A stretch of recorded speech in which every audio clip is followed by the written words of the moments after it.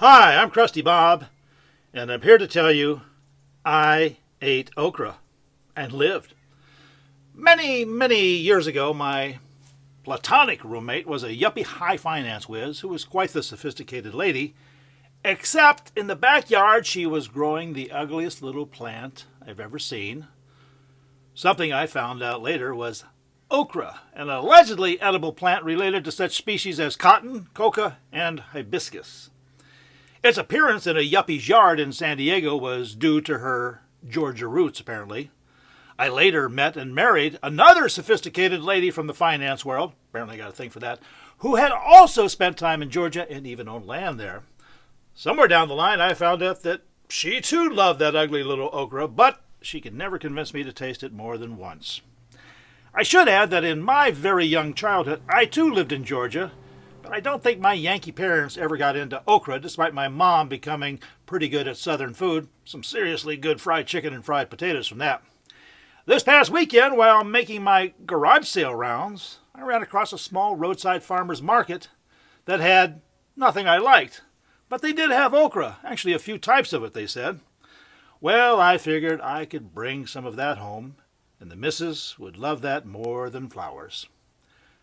Recently, I've gotten into oven-roasted potatoes. One of my doctors had told me I needed to give up French fries.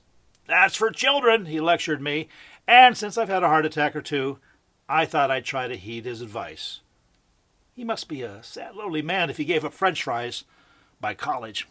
Anyway, it's hard not to miss those tasty morsels, crispy brown on the outside, fluffy on the inside. Good, really, as they say. I don't know how the oven-roasted style came to me, but I found a recipe recently and realized all I needed to do was chop up some potatoes, coat them with various seasonings and a tiny amount of olive oil, and pop them in the oven, let's say 450 for 25-30 minutes. I decided I'd try cooking up Mrs. Krusty's okra instead of, what do? They fry it? Anyway, I thought I'd try it the same way, planning to keep the evil okra from touching the taters on the baking sheet, a little social distance between those two. The taters, of course, were for my son and I. The missus would feast on Cotton's cousin. But somewhere during the preparation period, I thought, why not mix them in together? Well, I did just that, and it came out almost okay. I'm not a pepper person, not black, not green, red, nor yellow, but I decided to toss some peppercorns into the seasoning mix, and I naively, again, tossed in peppercorn, which I now realize is better suited for melting the ice on sidewalks and roadways than it is for eating. After 25 minutes or so in the 450 oven, okra and potatoes came out tasting pretty good, as long as I didn't pick up any peppercorns with my fork. My wife and son laughed and moaned at my peppercorn mistake, but they still joined the Clean Plate Club. I should mention that this okra was not the ugly style okra grown by my roommate.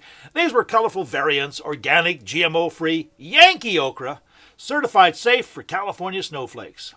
In Georgia, you'd probably get called out for eating such highfalutin okra and laughed at for not frying it up proper. Crusty Bob, over and out.